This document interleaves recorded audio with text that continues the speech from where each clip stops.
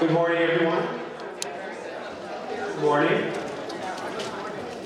I'm Steve Aaron. I'm the Captain Carolyn Gross Director and President and CEO of the Audubon Museum of the American West, and I am really honored to, it's really an honor and privilege to welcome all of you to the third Marshall McKay Seminar for Empowering Native Knowledge. I'll have a few remarks to add in a moment, just first by way of the most immediate issues. One, the restrooms are this way. And if you go through these doors, you'll find your way, and a security officer will direct you to the restrooms this way. So that's the first thing everyone needs to know. And then, more important, it's my pleasure to introduce Mike Blackwolf, who is the tribal TPO for the Fort Belknap Indian Nation Reservation, and he will offer some invocation. Thank you, Mike. I have the obligation and the privilege as well to acknowledge the Gabrielino Tonga people as the traditional land caretakers of the place that we are seated, as well as all of the campuses of the Audubon Museum of the American West, to acknowledge and pay respects to their ancestors, elders, and relations. I always say, when I give that land acknowledgement, that words matter. And those words matter. But I think what matters more are programs such as this one, which put words into action, turn words into deed. In this case, into towards the empowerment of Native knowledge.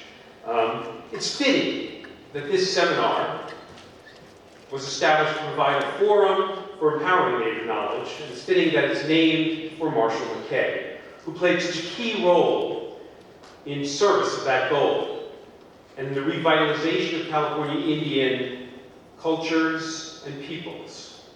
Marshall also played a vital role in the evolution of the Audubon Museum. Here, where he chaired the board of trustees, and where he, working with our board, our staff, and under the directorship of my predecessor, Rick West, worked to reconfigure the relationship between this museum, and many museums, and Native communities in California and beyond. In pursuit of that goal, and in meeting other challenges, Marshall McKay was a firm believer in having these important discussions for the benefit of Native people and the broader public.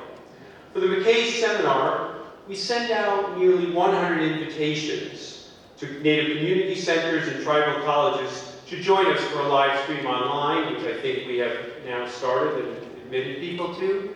Yes, Ben? Yes, good. Next year, the proceedings of this seminar will be published and distributed to that same group of institutions and individuals.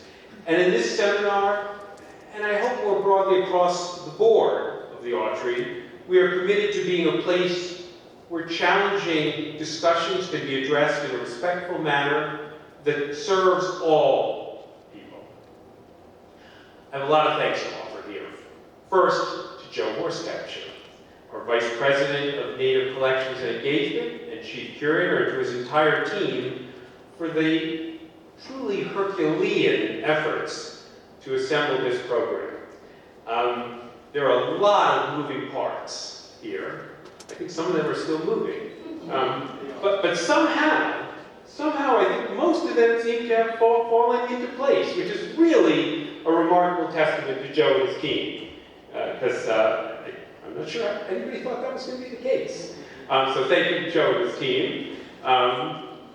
And I also want to thank all the members of the Audubon Board of Trustees who are here today. I want to thank Aaron and Leslie Kern. Actually, Aaron is not here, but I see Leslie sitting in the front. I want to thank Laura Windell for all of her efforts that always keep us well fed and kept the rain away so far. So I'm the one who said, let's not get tanked. So I know I'm on the hook for that. I want to thank Laura Florio for her efforts on behalf of the securing funding for this seminar. I guess I also want to extend our gratitude and appreciation to all of you sitting here, many of you who came from quite a distance to be with us today, and that's very much appreciated. And for sharing and joining us in this discussion, sharing your knowledge and joining us in this discussion, we are very much appreciative. We're delighted to partner with ATOM on this seminar, and tomorrow, one of the moving parts, we'll have a chance to hear from Rick West and to talk more broadly about the Going Home Fund that ATOM has established, and more about that initiative.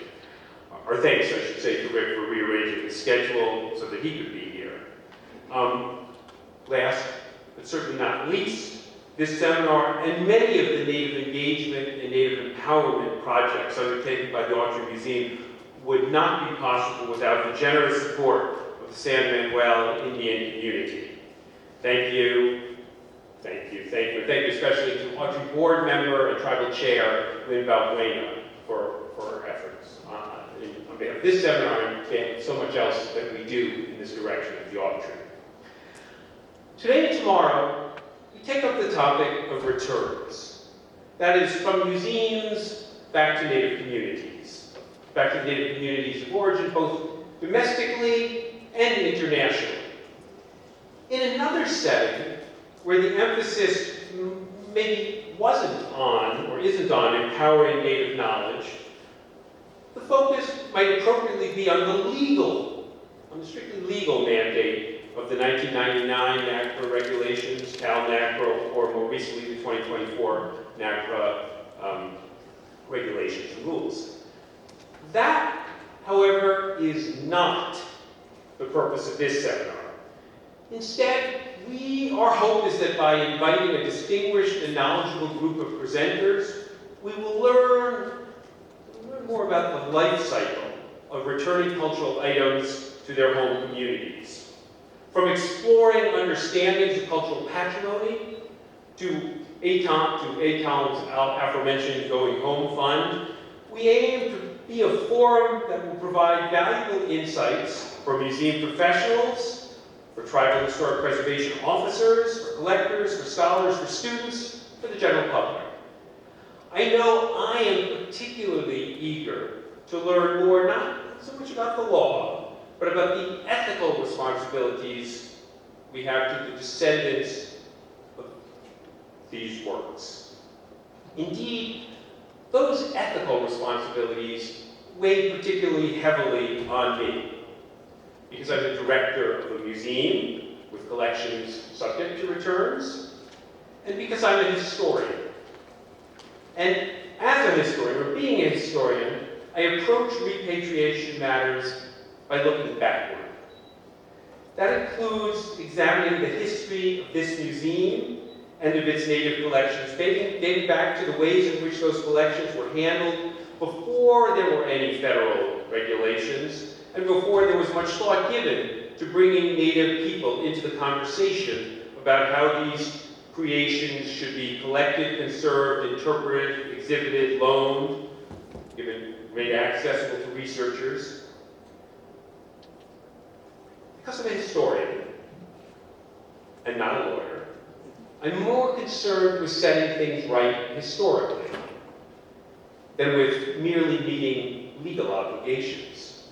I believe the Autry took a very important step in setting things right historically with the adoption in 2022 of our new Management of Native Collections policy that mandated collaboration, consultation, and consent from Native communities and their designated officers to how we collect, conserve, interpret, exhibit, loan, give access to researchers to the Native collections we steward.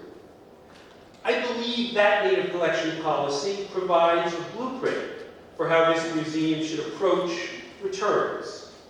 I look to these proceedings, however, to help me, to help us learn how we should take the next steps, how we should move forward, as opposed to looking backward, how we should move forward in carrying out our obligations to set things right historically. To return what we must, but also to return not just what we must, but also what we should. And more important, this is really, I think, a vital point for me as director, more important, to reach an even better understanding about how we should steward in the future what we hold. One final note before I release you all to go to lunch, so I'm the one standing between you and your lunch now. This evening, Native Voices will have a performance of Antiquity, a world premiere production at our Southwest Museum campus. This is the 30th anniversary of Native Voices, which now 30 years later still remains the nation's only equity theater company devoted to developing and producing new works for the stage by Native American, Alaska Native, Native Hawaiian, and First Nations playwrights. And this is the 25th year of Native Voices Association with the Autry Museum.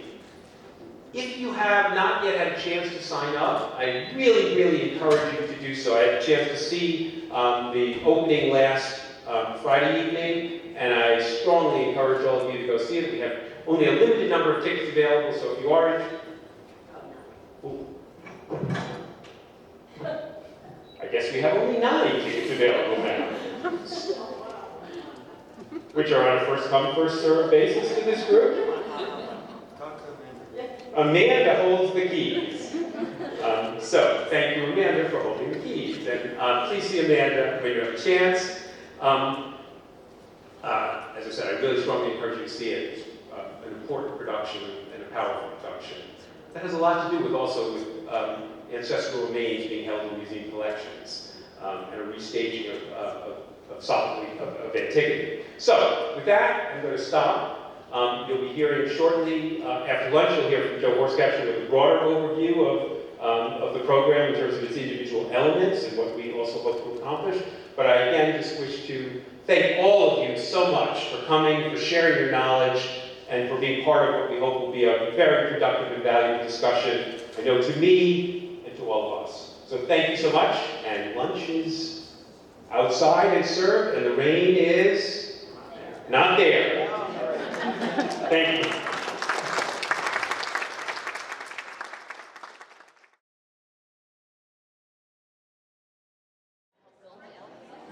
Good afternoon, Good afternoon, everybody. Mike, thank you so much. Mike Blackwell, thank you so much for the blessing. My name is Joe Horscapture. I am Vice President of Native Collections and Engagement here at the Autry Museum of the American West. I actually have a lot of titles, but I'm just going to give you that one. Business card seems to be getting. Thank you so much for being here. Thank you for coming out. From ATOM, thank you for being here. And we are so happy to host you here at our Resources Center. We have this campus as well as the museum campus, and it's easily my favorite, although at times it can be a little challenging logistically, but I'm thankful that we're having this today, having it here today. And so there's been some questions about the rest of the folks that came on the bus. So let me tell you how this is going to play out. So after we are finished today, the folks that came on the bus, we're going to load you and your luggage up. We have 2 15-passenger vans, and we're going to take you to the hotel. And then we'll pick you up at 7:15 this evening, and then we'll take you to the Southwest campus for the play. Fun. And then tomorrow, we'll pick you up without your luggage at 9 o'clock, unless you're really tired of us. Then we'll pick you up at 9 a.m. And we'll bring you here. So for those of you who are not sort of part of the system, be here at 9 o'clock, because rumor has it we're having breakfast burritos. Exactly. Okay, so this is called cultural patrimony. And, you know, even having these discussions, honestly, personally makes me a little bit cranky.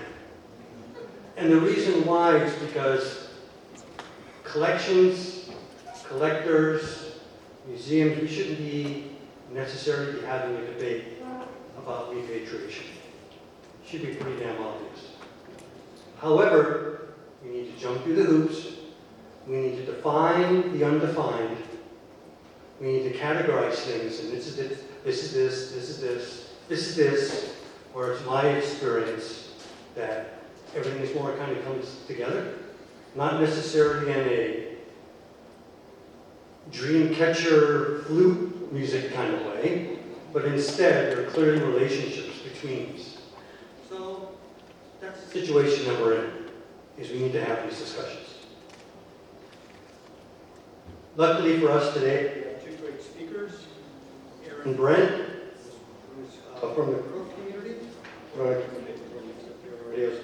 Getting all excited. And Jim Patrimony. This session is called What is Cultural Patrimony? Cultural patrimony is a critical element of the tribe's identity, its past, present, and future. The official definition of cultural patrimony is, quote, an object of cultural patrimony is an object having ongoing historical, traditional, and cultural importance central to a Native American group rather than property owned by the individual Native American, and which, you know this is government because I'm going to use this term, therefore, cannot be alienated, appropriated, or conveyed by an individual. Today, we'll learn more about cultural patrimony, its meaning for communities and individuals.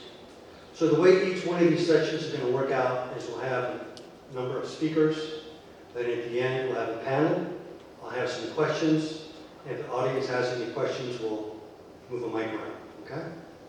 So our first speaker is Aaron Brien. He is a member of the Absaloka Nation Big Lodge clan. Born in Sheridan, Wyoming, and raised on Crow Reservation's Central Lodge District.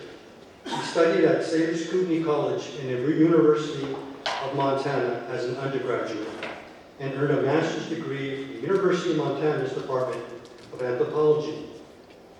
He also, put this on your phone, he also has a podcast. Your numbers are about ready to go up, Aaron. Called Tribal Research Specialists. Is that right? Yeah, say it with a little less enthusiasm. The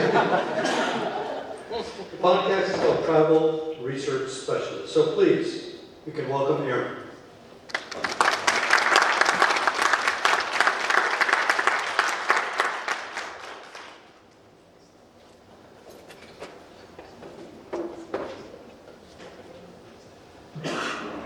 They call that the Joe Bump. My podcast is going to get the Joe Bump. I'm actually kind of surprised he invited me to do this because he does listen to the podcast, and I'm not always the most sensitive person around. So, normally I don't dress like I work for a funeral home, but I'm here because Joe asked, and when Joe calls, you answer the phone. So, I'll go ahead and get started because he only gave me 20 minutes, and preservation officers like to talk a lot more than that.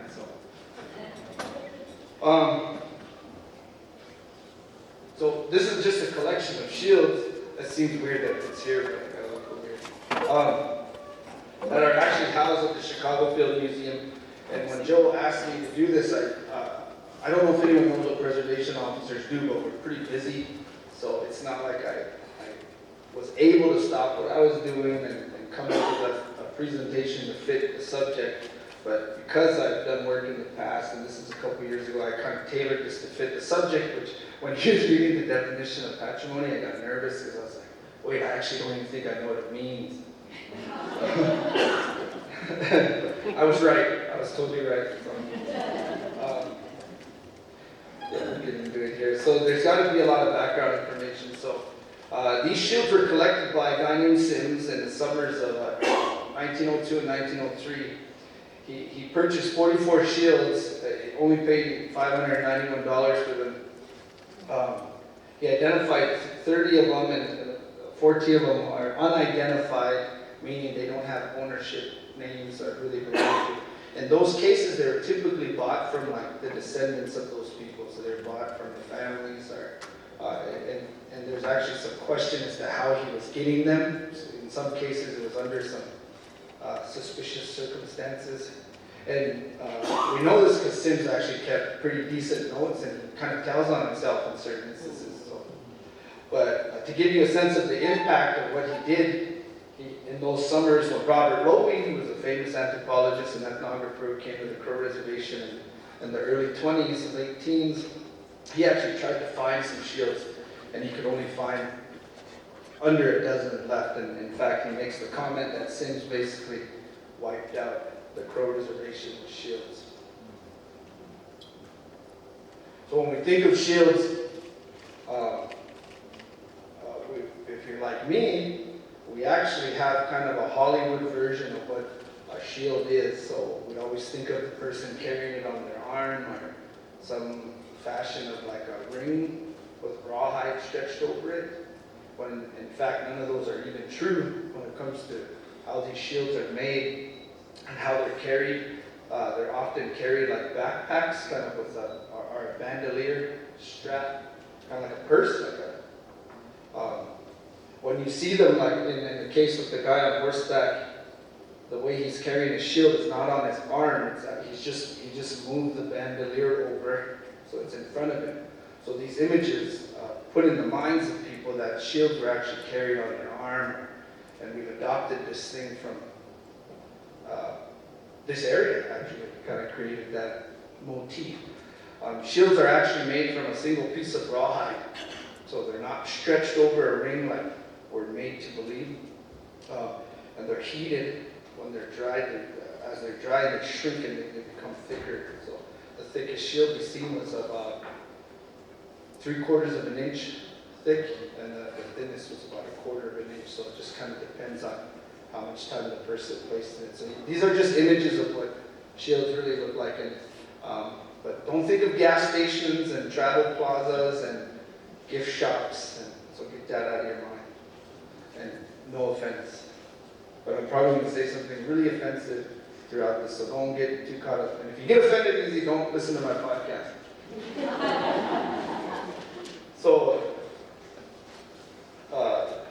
shields were typically passed down from father to son, or in some cases even to the wife or to the widow. So it's not what was thought before, because when I walked in and saw these shields, there was even documents stating that these objects didn't qualify under items of patrimony because they were not considered a sacred object and things like that. But that's far from the truth. So the guy on the left is actually the owner of the shield that you're seeing here, and this is a shield in Chicago. And then that's Chief Honeycruz on the right. He's kind of a well-known guy. So one of the things I wanted to do when I started looking at these shields was to gather as much information about the shields as I could. But what I found is that there wasn't, at least on the onset, there wasn't information specific about shields. So when I was asking Crow elders, they didn't quite know. They're like, well, I heard somebody had a shield at one time because they had been gone since 1902. The latest was in the 30s with a guy named William Wilshue. He had purchased 2 or 3 of them, and so those were kind of the remnants of it. So, but what I found is that people actually knew about shields, but it was fractionated. So it was in other narratives, and it was placed throughout. So I just started visiting with people. So I had to learn to reframe my questions. You can't walk up to somebody and say, "Tell me about shields," because I don't know anything about shields. So you frame it differently to start extracting information and figuring out where it's going to go and how it fits. So this shield belongs to a guy named Charger Strong. Charger Strong was on the right-hand side there. I'm actually a descendant of him. He's my grandmother's grandfather. So great-grandfather. He died in the early 1920s. He was in his early 80s when he passed away. In the Crow language, you say "Allahu Achaja," "Allahu Achaja." It literally means that Charger Strong. So while I'm doing this, collecting this information about shields, I learned things about these guys.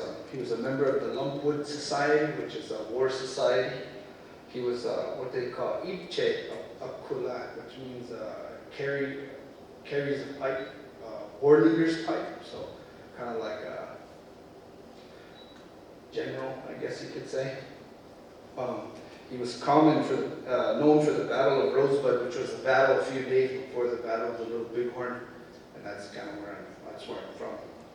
And the shield itself, those squiggly green lines on there represent what they call a dock shaft, which means like a war honor. So the Crow belief is when a warrior is coming into the camp, he'll signify to the camp riding in a zigzag fashion, telling the camp that he was successful in battle and they're to get ready, meaning that they call it the warrior's homecoming. So when you see these lines, they're squiggly telling us that he was successful in battle. So if you were to count those, that's how many times. The dots on the side represent the weasel. The Crows believe there's power in the animals that can live in two worlds. Kind of sounds cheesy, but a weasel can live underground and on the ground, where we're obligated to only live in one place, and that's on top of the earth. And that was our first name as Crow people, Augie Wanaquaga, people on top of the earth, you know.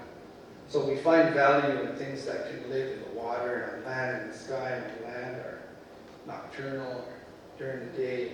They can live between those two things. So they're highly valued. So the weasel is in this motif with the shields all the time. Because there's a common thing. The green circles represent weasel holes. And this pennant that's on there is actually a pennant that belongs to the Lumpwood Society. So his shield is actually telling you a little story about himself, right? That he owns what they call Bawak Bong, or something holy, you know, that represents the weasel, and then the victorious deeds that are done in battle, and then his war society. So just to give you a sense of one person and what a shield can tell you. Oh, sorry. The next one, everyone always laughs at this name or thinks it's kind of funny, but I don't know the origin of the name. Wokbalacha means crazy, literally means crazy sister-in-law. He is actually my grandmother's grandfather.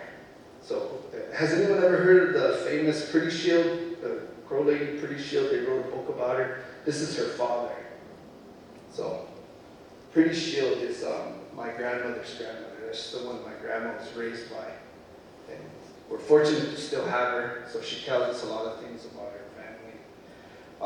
Again, though, he was his spiritual power. They also call it Kabalia, was given to him. He says directly by Egypt Baile, God, the first worker. And in the Crow belief, we don't signify if God is a male or female, just Egypt Baile, you know, that's what it is. It's neither male or female. And it's not often that somebody gets something direct from the Creator. We believe in like a kind of a form of animism, the way anthropology uses the term animism, but it's not quite the same. So he was a well-known warrior. He was very successful in battle. There's what they call an honor song composed for him, and in that song it says that the words are, that crazy sister-in-law, you came close to them, you were wounded, and it just repeats it again, many times you were wounded. The reason why it's neat is because in his shield he has owl feathers on it. The rifle, if you can see, it's hard, I didn't realize the screens were going to be this small, but if you look, there's red markings on the green and black. They represent a rifle, so every time he stole an enemy's weapon. And in the Crow belief, that's one of the highest honors you can do, is to steal an enemy's weapon without harming them. So I was just imagining them beating each other up or something. So he had done that, and all these spokes, there's a right. And in the center, in the very, very center, there's a horseshoe mark, which represents a time he captured a picketed horse, which means it was tied to a lodge. It's not like a horse herd, it's a prized horse. So. And Pretty Shield talks about her dad, and she says he painted his face and body yellow in a zigzag pattern, and those represented heat waves on the ground. So, and his medicine was the long-legged owl that lives with the prairie dogs, which is the burrowing owl. And in this, the owl, the feathers are painted yellow. So it was when I had first seen the shield, I'd never seen it in my life, but I knew those stories. It was kind of a pretty powerful experience for me, you know. So having to see that. And this is the actual shield that Pretty Shield is named after. So that shield originally had belonged to crazy sister-in-law's father. His name was Little Boy Strikes with a Lance. Passed it down to his son. And then Pretty Shield was named by her grandfather, and he named her after that shield. And that shield that picture doesn't do it justice. The colors are bright, real vibrant colors. Joe, you've seen these before, huh? Joe's been everywhere.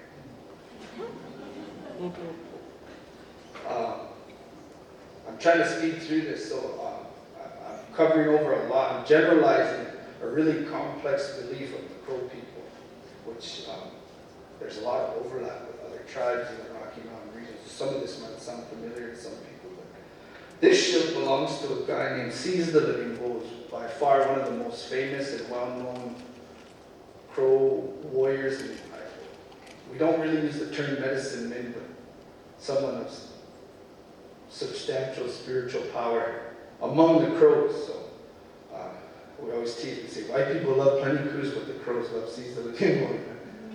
No offense if you're white. I don't know what's the right way to say white people. Is there like a proper way? Because I'm from Montana, we say white people.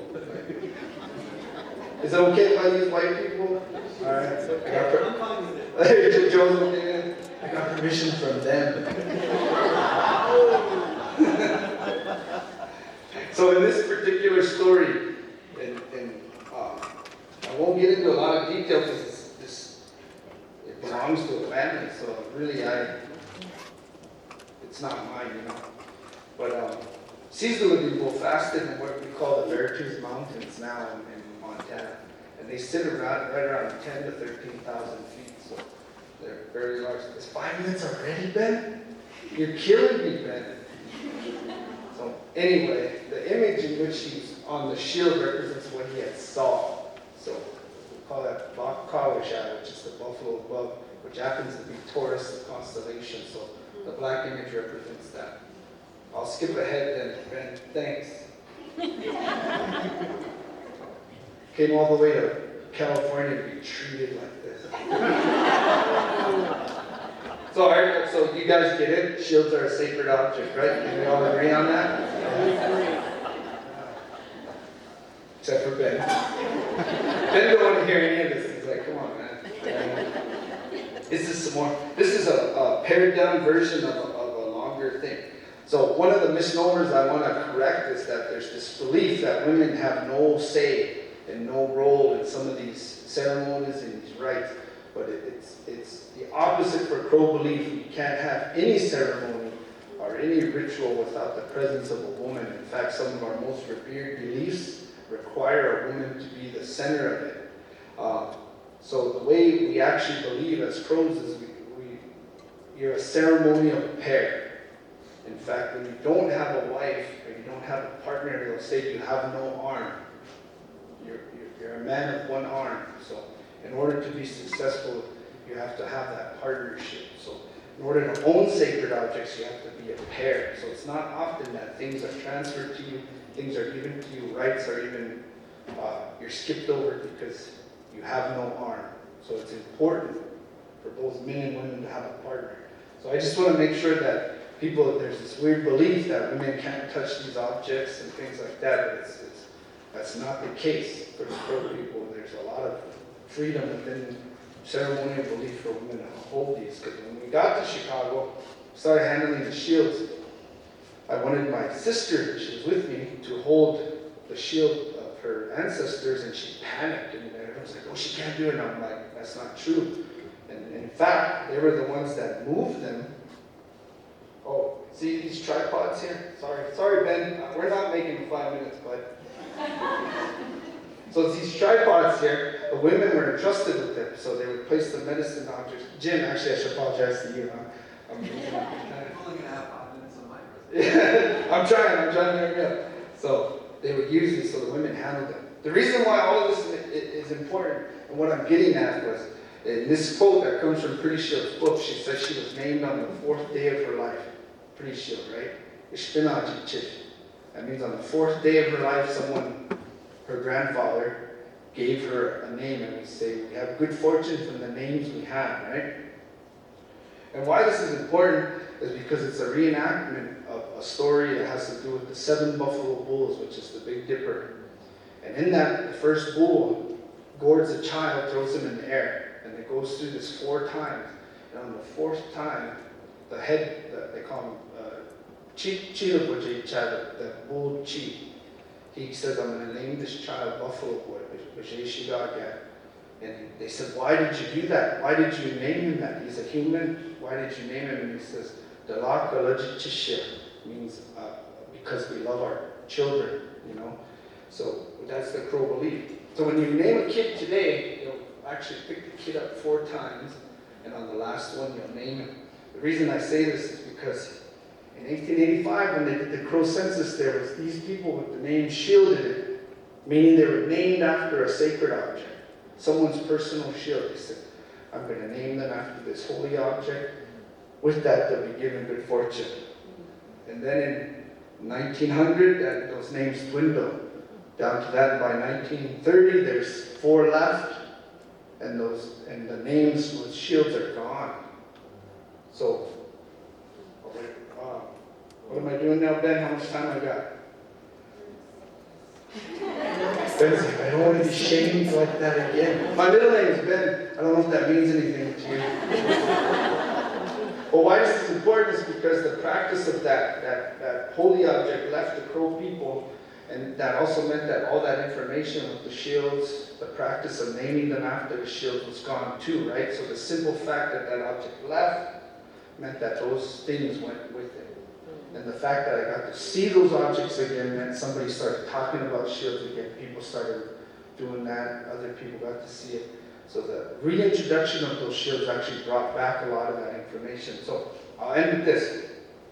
In this short paragraph that Sims writes about this is basically he's buying the shield from this man, Spotted Tail, who I'm also a descendant of. And it says right here that he basically gets emotional.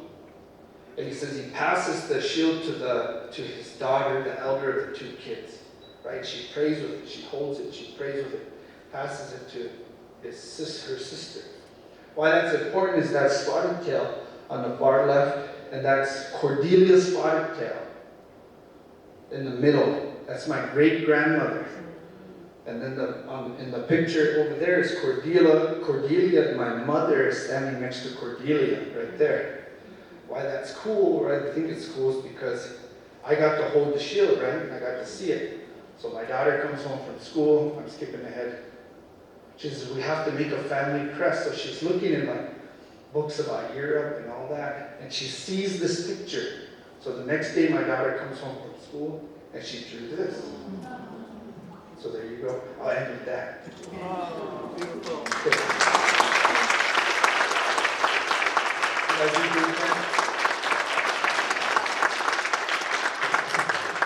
This is Joe's fault. He invites a Maori Crow Indian that we're talking to. You good? You good? All right. After we're done, we'll call you up and you can. Okay. Can I go sit down? Please. Oh man, it's going to be a long day. All right, our next speaker, Jim Pepper Henry, is from the Kaw Nation. He is a nationally honored museum professional with previous leadership experiences at Smithsonian, National Museum of the American Indian, the Herd Museum, the Gilchrist Museum. He's a former director of the First Americans Museum. Jim's a member of the Kaw Nation, and please welcome Jim.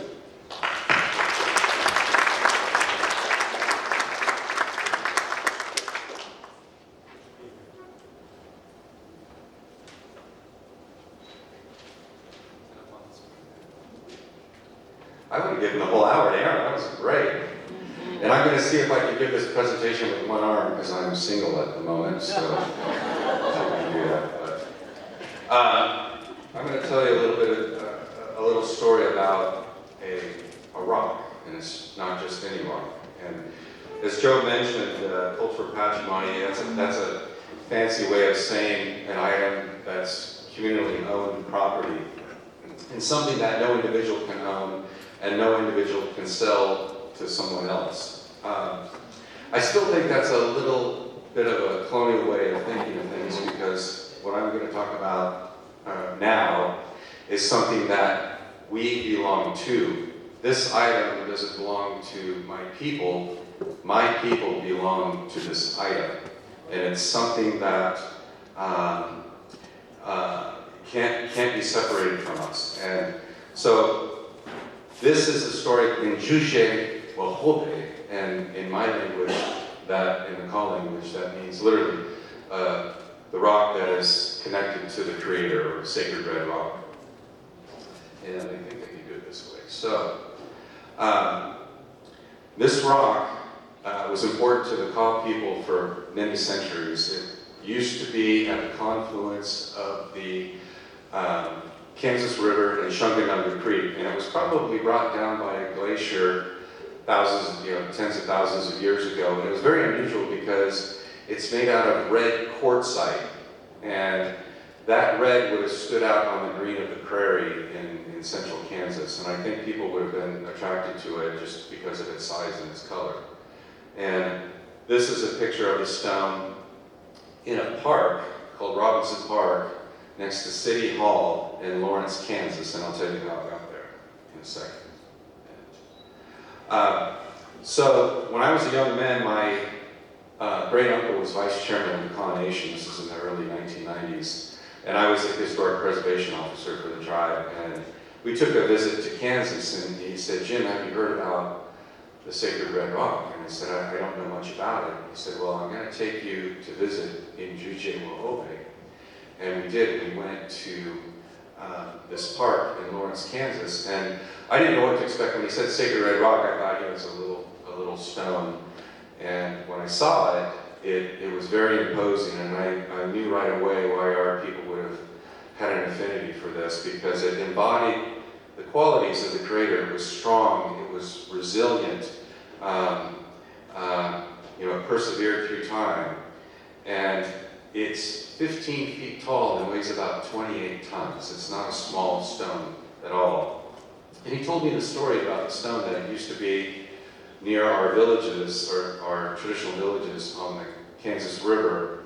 And we would gather at the stone, not to pray to the stone, but it was more like a church or an altar, that we had many songs that we would sing at the stone in honor of Wakanda, or the Creator.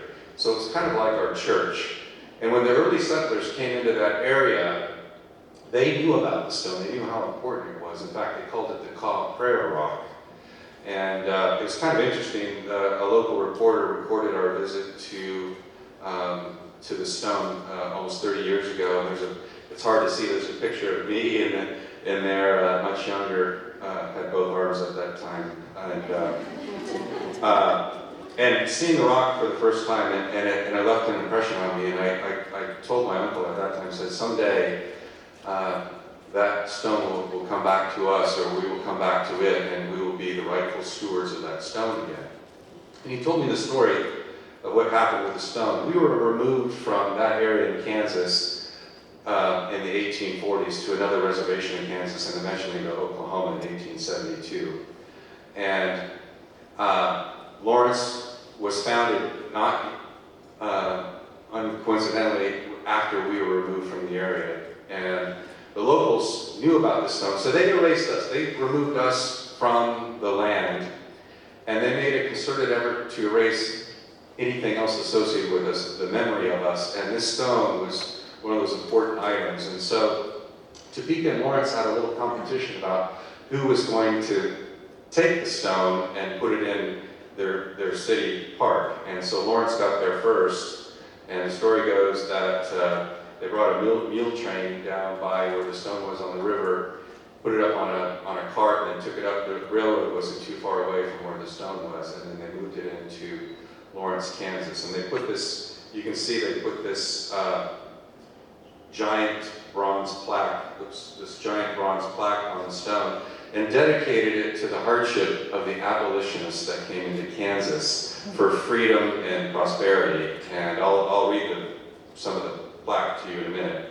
And so these abolitionists coming from New England came to Kansas for their freedom, and they took our freedom away from us and moved us into Indian territory and took one of the most important items of cultural patrimony from my community. And this is a prayer chart from a medicine pouch collected in the 1820s, and you can see at the very top of that chart there's a dark object. That's the sacred stone. So it's been recorded for a long, long time, and many anthropologists have written about the sacred stone.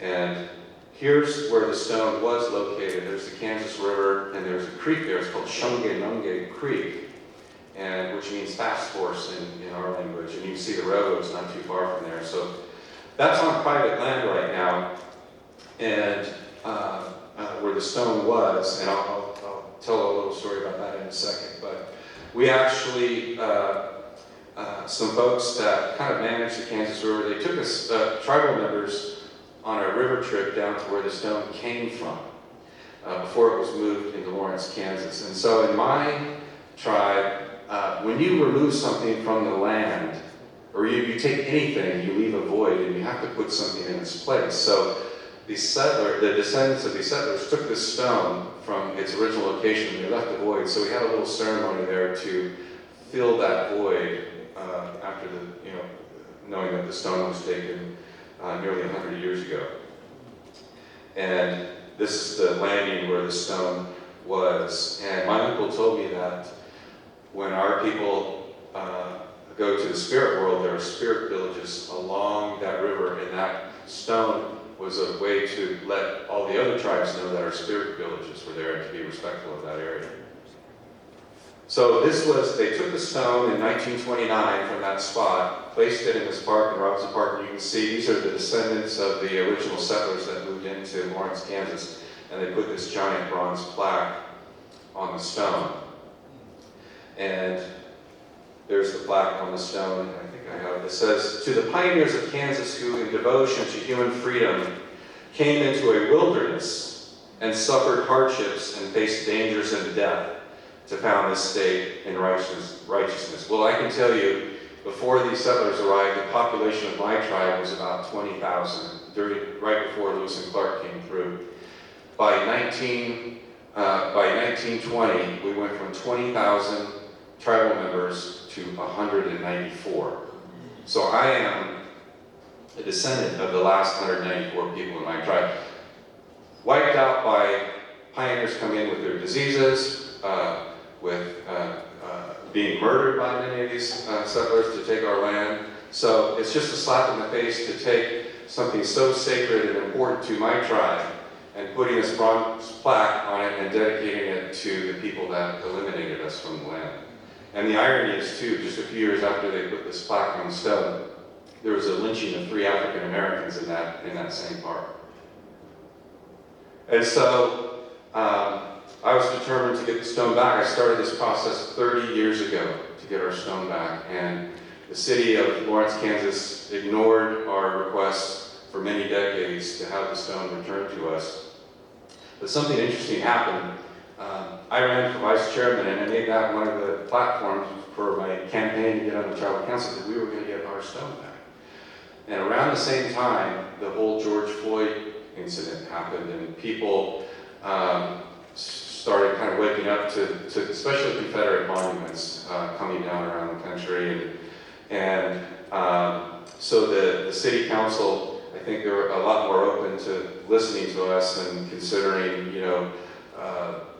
how important the stone was to us, and that what they did was wrong by taking that taking the stone. So that caught the attention of the Mellon Foundation. The Mellon Foundation set aside about $250 million to give grants to communities for reconciliation of these Confederate monuments coming down. And Mellon's one of those foundations that you don't go to them, they come to you and say, apply for a grant. And so they asked me, oh, how much would it cost if the city was to return the stone to you, how much would it cost to return it? And we wanted to move it out of the park, obviously. So I said $250,000 would probably do it. We have some tribal land in Kansas where we moved the stone to our tribal land. And so they came back and gave us $5 million. And so the city council in Lawrence unanimously agreed to return the stone to us in early 2022, and they even issued an apology for taking the stone in the first place. And so the first thing we did is, we've got to get that plaque off the stone. And so we had a ceremony that formally acknowledged the ownership in the Western way of thinking of the stone with the Kaw Nation. And we had the plaque taken off the stone. And here, this is that picture I showed you earlier of the descendants of the settlers putting the plaque on the stone, and this is us after we took the plaque off the stone. So it was great. We had some folks in the community help us with that. And the plaque just popped right. It didn't want to be on there. We thought, how is this thing on here? Is it bolted on, or how did they adhere it? And when we went to remove it, it just literally fell off the stone. I think it was ready to get off there. And so, but the descendants of the settlers, they still had a connection, at least with the plaque. So a lot of the tribal members wanted to either drag it down the middle of the street or melt it down. But we said, you know, that plaque in a way is cultural patrimony of the descendants of the people in that community, of those original pioneers. So we loaned the plaque indefinitely to a local museum so that people can still have their monument to their colonialism, and we have our stone back. And I know I have to hurry up. So we had a ceremony in Lawrence to convey the stone back to the Kaw Nation. I gave a little speech there. And then we had a little friendship dance with everybody in the community. And we're trying to have good relations with everybody in the community. For the most part, the community supported us. I'm going to go really fast because I'm going to show you a little video here in a few minutes. And so we moved the stone. We had a decision, do we bring the stone to Oklahoma, to our people there? But we said, well, we didn't want to be in Oklahoma, so why should we bring the stone to Oklahoma? It needs to stay in Kansas, and we happen to have some tribal land that we had purchased years ago, and we brought it there. And with that Mellon money, we created a tribal park with other monuments that we have, other items of cultural patrimony, and the stone was taken there.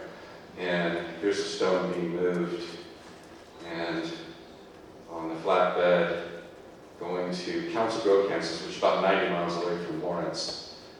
And then this is our tribal land, and that's another story, and I'm going really fast here. This is another monument that's on the site of our tribal lands. It's actually a tomb of a Kaw warrior that the locals built after we were removed from Kansas. They dug up some of our graveyards and found the remains of what they thought was a chief, and they put a monument up to this Kaw warrior. That's another story.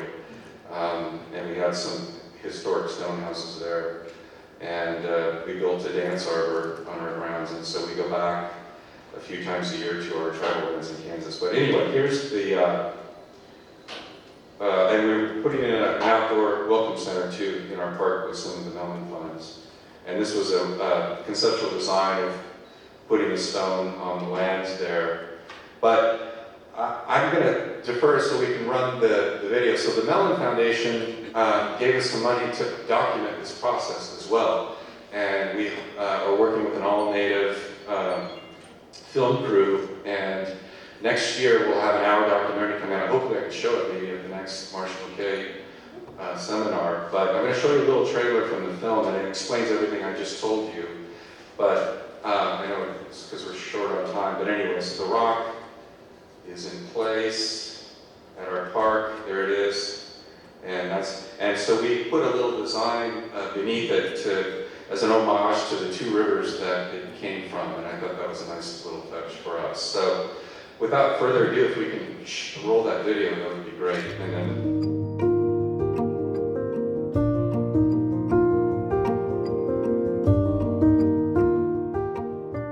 In Juje Wahobe. In Juje Wahobe.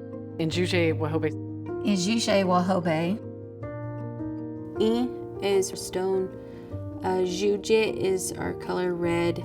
And Wahobe is, that's one of those words that has like a lot of meaning into it. The rock, it was our medicine. It was our protection. Wahobe, sacred. The story goes that in 1929, in the dark of the night, Lawrence got the railroad to help them, and they took in Juje Wahobe out of the river and put him in a little park, Robinson Park, in downtown Lawrence. They had appropriated the stone and dedicated it to themselves. With a plaque on it honoring the founders of Lawrence was another part of erasing the Kansa people from their memory. They not only have cleansed us from the land, they've taken the things that are most important to us, most sacred to us, and they're trying to erase that as well. And that's a way for them to erase their guilt for what they've done. And I made a vow that someday the stone in Juje Wahobe would come back to the Kaw people. The Konse Nikujinga are the original inhabitants of this land called Kansas, and it was our home for centuries. It is our wish in the 21st century to strengthen our ties to our homeland, and we must exercise our sovereignty as a distinct indigenous nation to reclaim and assert our right to the tangible and intangible things that make us who we are. We have been separated from our grandfather for more than 150 years, and we look forward to being reacquainted. In a spirit of reconciliation and deep respect for the people of the Kaw Nation, the city and the county agree to work with the Kaw Nation to cooperate fully in the return of Juje Wahobe from the city to Kaw Nation and to assist as much as necessary in the relocation of Juje Wahobe from the city of Lawrence to Alagoejo Heritage Memorial Park in Council Grove, Kansas.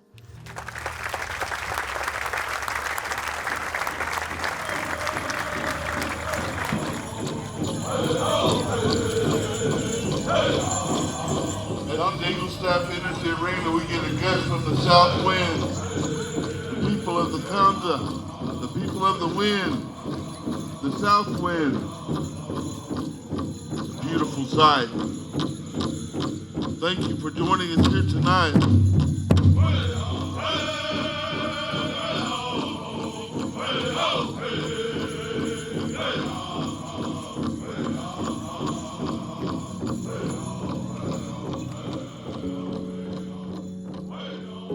If we don't have our history, and we don't have our culture and our cultural lifeways, and we don't have our language, then we cease to exist as Kaw people.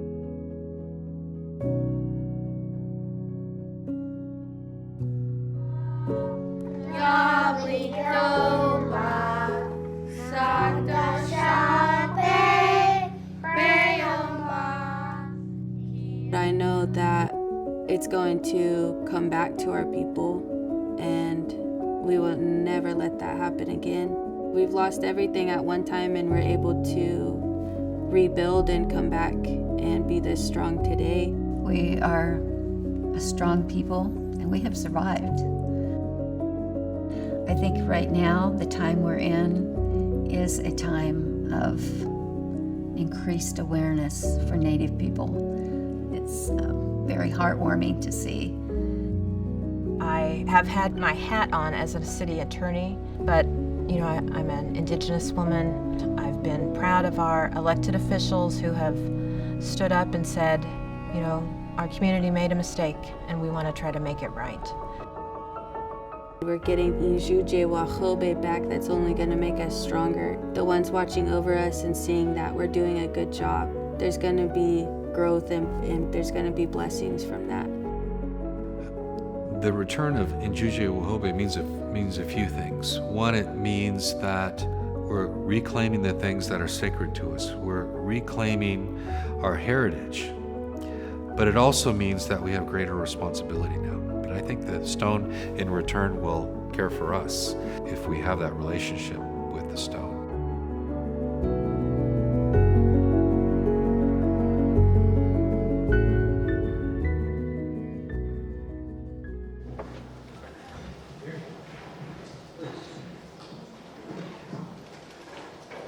All right, thank you. Well, we're going to have questions from the audience shortly, so come up with your really smart questions.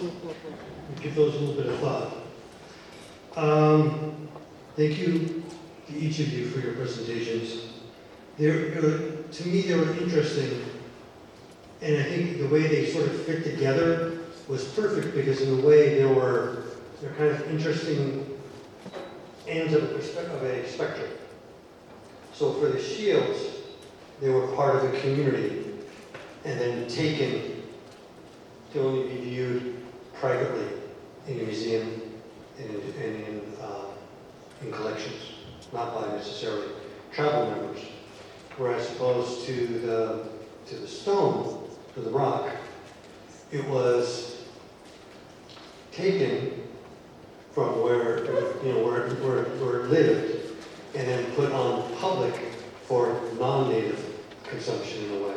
So I find it interesting how both of those sort of contrast with one another.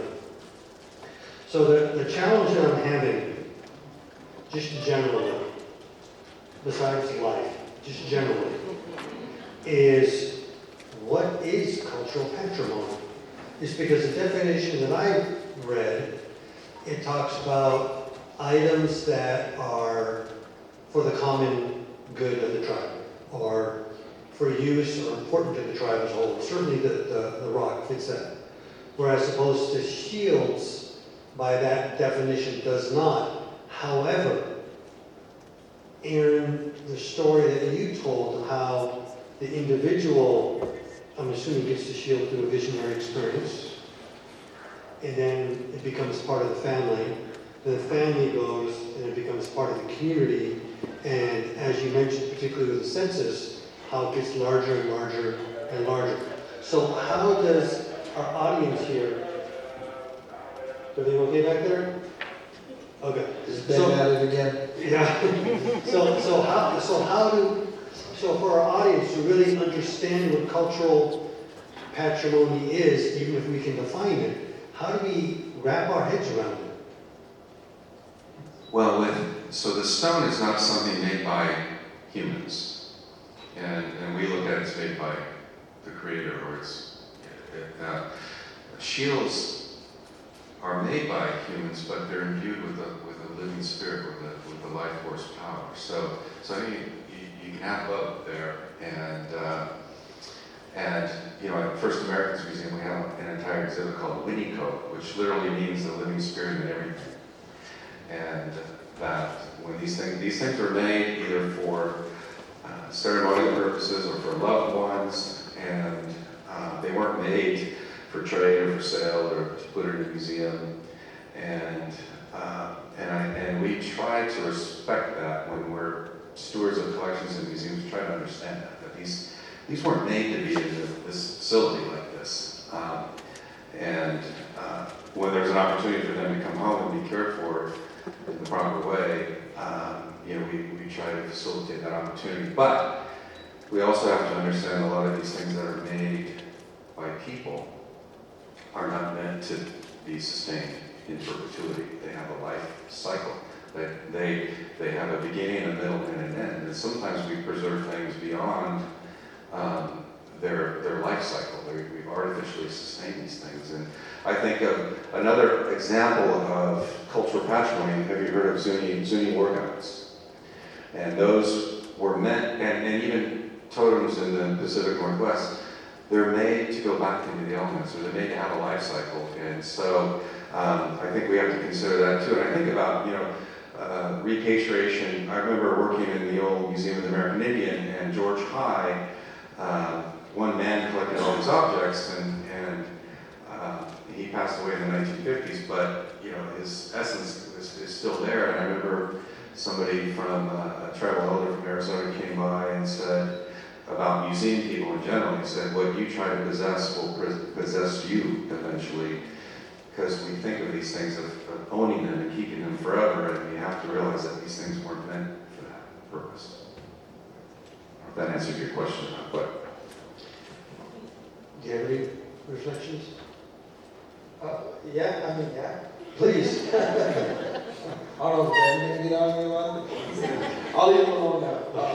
The way I was going to think about it, is it's hard to sum up anyone's belief in the terms that anthropology uses and museum studies uses, because of course we're a lot more complex than that. So an item as small as a shield or as big as a rock are made up from the same organism. So the way crows believe is our society is like an organism. It's a living organism. It's always 100% full.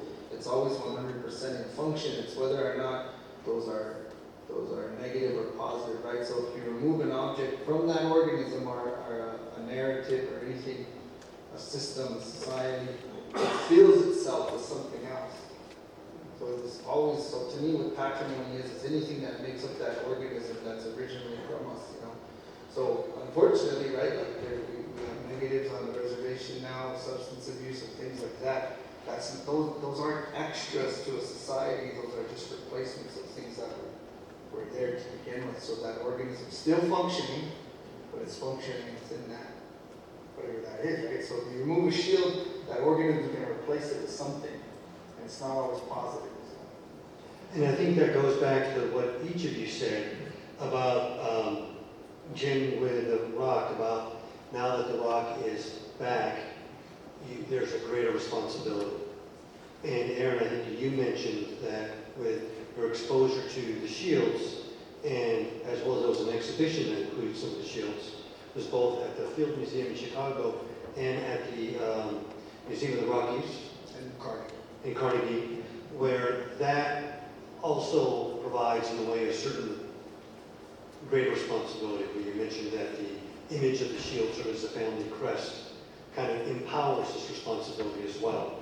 So we know the story of the rock that comes back to the community. What's the future of the shields? Well, we want them back. But again, because we now know the responsibility of them, the way they're returned has to be done right. We can't just return them. I'm in favor of the tribe as a whole should be second, right? If there's descendants of those people, shields, we should go with them first and see if there's people in the families that want. Because I don't want to just bring holy objects back to the Crow Reservation to be stored again. Mm-hmm. The idea is to perpetuate something and believe. So if they can be used as holy objects, then that's what I would want. So it's a long process. I mean, it took you 30 years, you said? Yeah. I was 27. I was 27 years old and 58 years old now. It took that long. He doesn't look a bit over 56, right? Gerald's here. He's got the Grecian formula somewhere. I got to get it. So that's what I'd say. I would say that that's the plan. But again, because we now know what comes with it. And it's funny you say that because that's when I became preservation officers, when the exhibit was going to Carnegie. And because I had interacted with the shield so much and with the people that held what knowledge was left, is why I was no longer in favor of the exhibit even being a thing anymore, because I understood it now. So and this is a bit of a side note, years ago, actually when I was an intern, I worked on an exhibition in Minneapolis called Visions of the People, A Pictorial History of Plains Indian Life. And we worked with several communities, a couple folks in Crow, and this is a long time ago, I don't remember. And correct me if I'm wrong, but one of the things that we learned from this exhibition is that if you're going to display shields, remember this is back in the early 90s, is they couldn't see each other.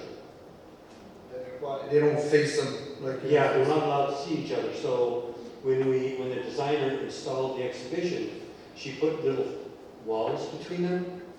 And the way that we installed them is we would install one shield and cover it with a sheet of paper, and then bring in the next shield.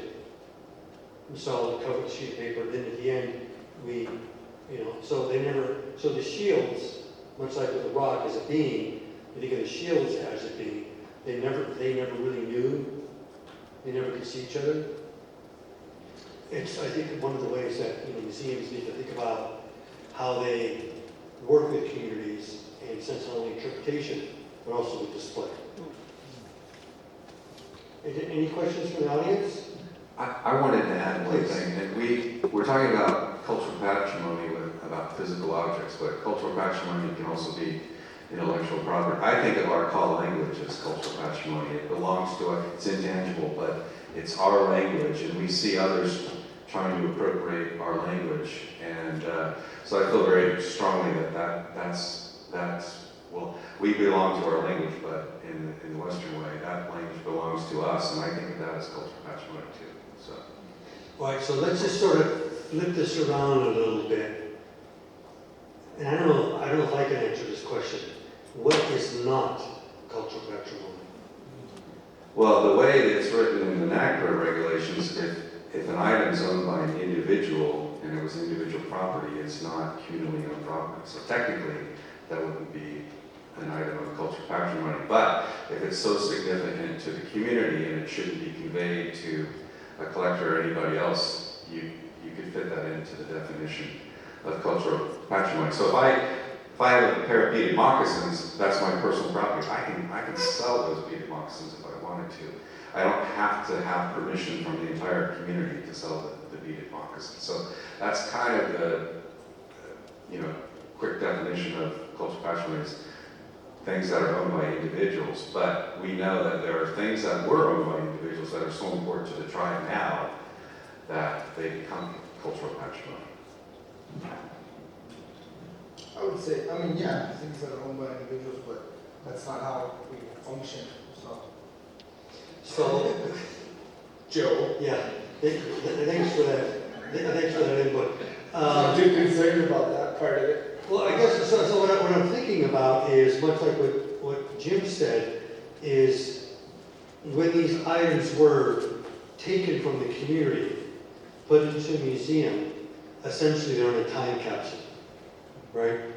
We have conservators, curators, like myself, we sort of watch over them, but they're a little time capsule, and the tribe outside of this time capsule continues to move on and to move forward and builds on these traditions. And as they reach and slowly expand to think about what items they no longer had in their possession, these items which were individually owned, in a way take a life of their own to become communally owned. So cultural patrimony, as I see it, is different from when it is collected compared to how tribes may view it now. So the definition in that sense can be rather squishy. Well, I think time does have an impact on the definition of cultural patrimony because we've lost so much, a lot of our tribes have lost so much that those individual items have now become national treasures of our community. So I think it does change. Just like you're an employee of the Archery Museum, but you can't go sell that podium there because it belongs to the institution. So that would be cultural patrimony. But if you brought your own laptop to work or something like that, and that's your individual item. But I think over time, though, that does change because we've lost so much that things that that did belong to an individual or a small group of people have now become so important to that community. Any questions?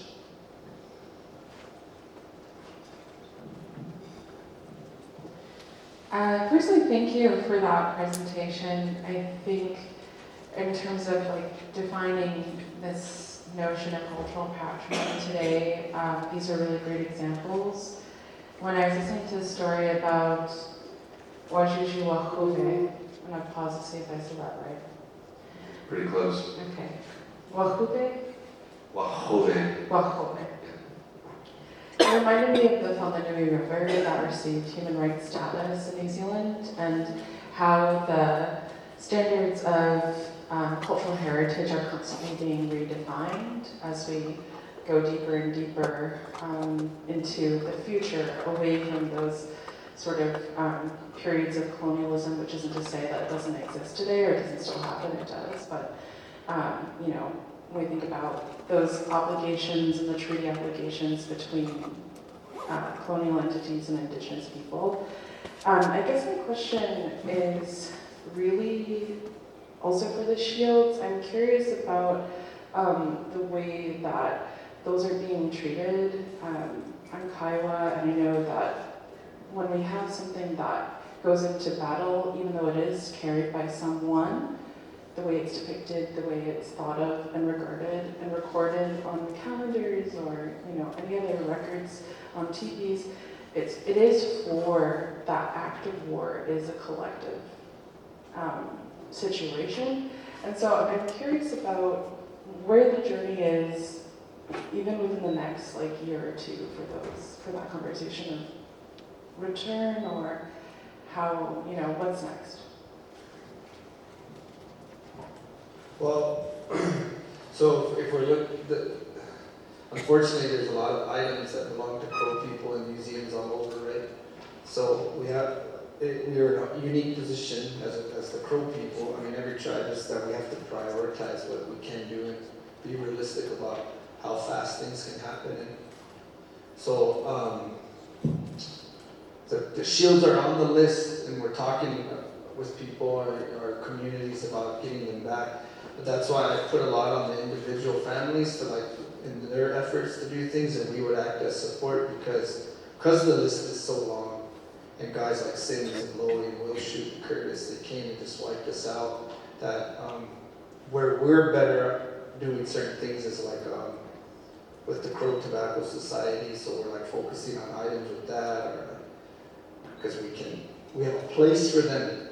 Right now we don't have a place for the shields, and the reason kind of goes back to Joe. It's I don't want to necessarily bring items back just to put in a Crow museum, and then hide them from Crow people, just have them be closer in proximity. So, and because of our beliefs today, we're so influenced by the church that there's a lot of Crows that are afraid of them, and so we're having this.